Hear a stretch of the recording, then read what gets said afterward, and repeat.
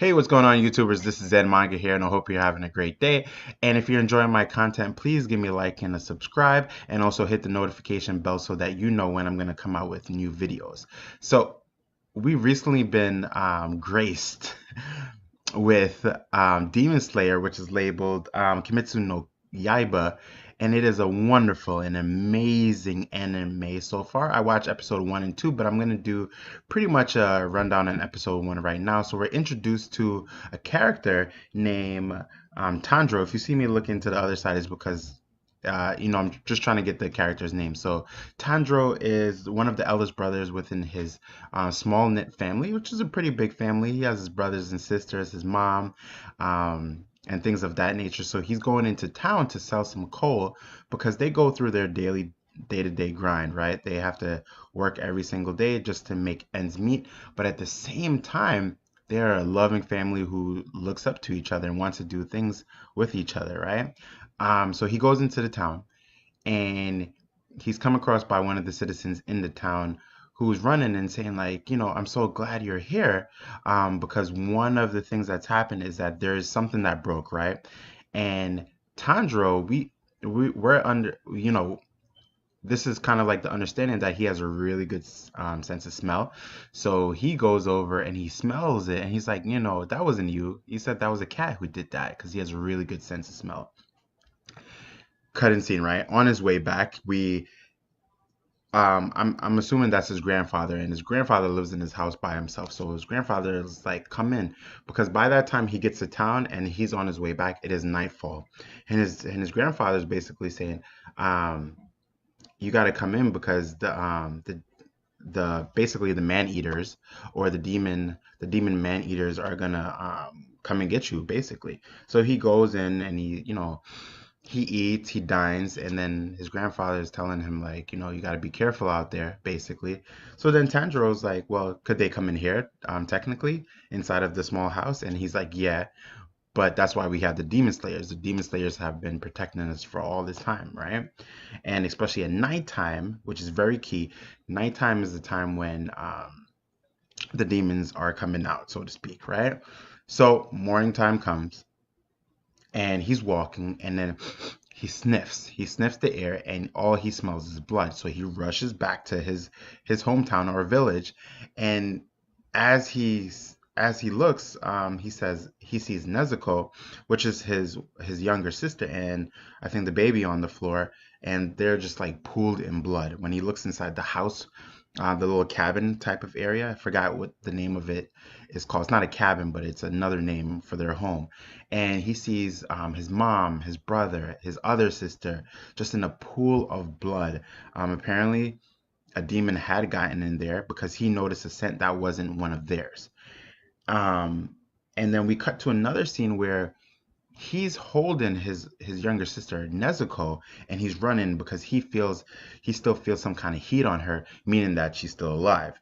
So as he's running with her, he's desperate for to just get back to town so that someone could help.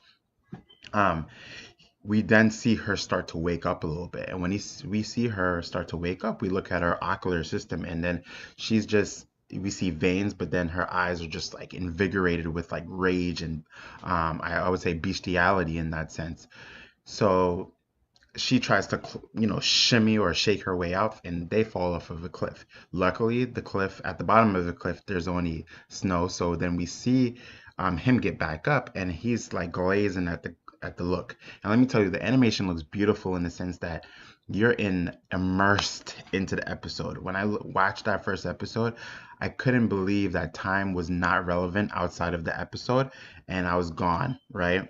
So as he's looking for his sister, he sees the sister, and then she's kind of like rushing towards him, right? And she jumps, she leaps on him, and then he takes out his axe and holds it right in front of him. Her mouth just like opens up and grips that area because she was technically gonna go and bite him or eat him. And then he's just kind of recapping in his head everything that his grandpa said, everything that his grandma who passed away said, basically.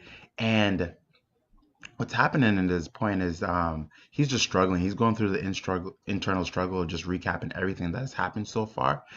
And when we're kind of like at a close of that. He says certain things, and you see a tear fall out her eyes, and it drops right on him, and you could see that there's still humanity in her. Before you know it, we see a gust of wind and a speed like character who's running super fast all the way over, and he comes in for a downward swipe. The downward swipe is then averted by Tanjiro, who then pushes Nezuko out of the way so that they could basically roll and then they hit a tree. Now, the Demon Slayer is, which is unknown at this time, he's there and he's like, step away from that demon, and then Tanjiro's like, no, that's my sister. It's like, that's my sister. She wouldn't eat any humans. And then he's like, that's ridiculous. She will eat a human. She was just about to eat you, and but he didn't really see the tear come out of her eye, and in a sense that essence of humanity is still installed within her. So he's going through his dialogue, Tanjiro, and then eventually he kind of kneels down, right? And he's like, please, like, do not kill my sister. I will find a cure for her. I'll do anything to save her, and she will not eat humans. And then he's like, he gets really mad at him, right? Because he sees the weakness in him that can be overcome with strength eventually. So he goes on the path of kind of saying, like, don't you dare kneel, because no part of what you have done so far has given any kind of inclination that you will save her. So stop doing that right now. He said, you turned your back on me, you did ba ba ba ba ba ba ba, and then that's it, right? Basically, he gets back up, and then while the demon slayer's holding her by both of her arms from behind, and he stabs her right towards I would say one of the rib or the pectoral or kind of like the oblique section. And what happens is not Nezuko, but Tanjiro runs over and he throws a couple of rocks, right? I think it was about two. He throws two rocks, one and then two. One of the times when he throws a rock and then he kind of throws the Demon Slayer off, he throws the axe overhead, but then makes it seem as if he still has an axe in his hand while kind of going through the process of rushing towards him. The axe is still in the air, and he's rushing towards him, knowing that he's going to get hit, but he wanted it to play as a mask or a camouflage so the axe could actually get the Demon Slayer and thus saving his sister Nezuko.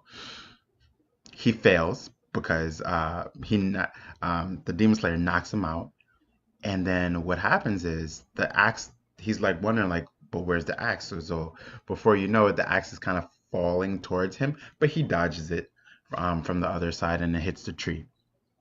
One of the things that we do see after that that kind of changes the tides for the mentality of the Demon Slayer, who is yet to be known at this point, is that Nezuko kind of like gets out of the grip, kicks the Demon Slayer, and then rushes over to Tanjiro. At this point, from the Demon Slayer's point of view, it does look as if she is going to attack him. And he's like, there's no way I could get over there.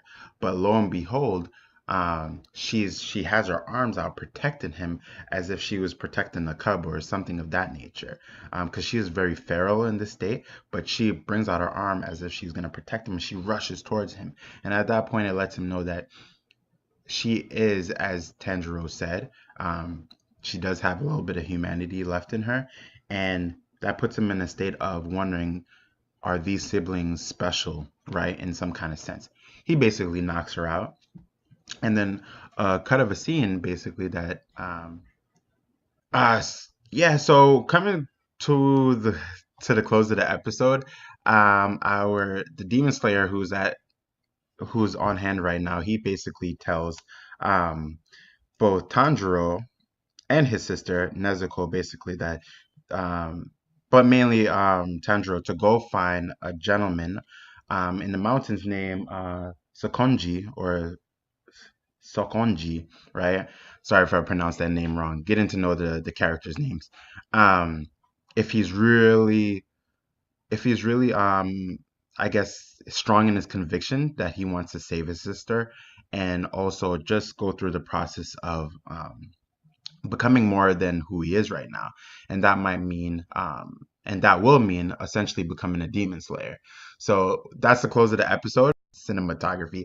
It's animation. The animation is really well done.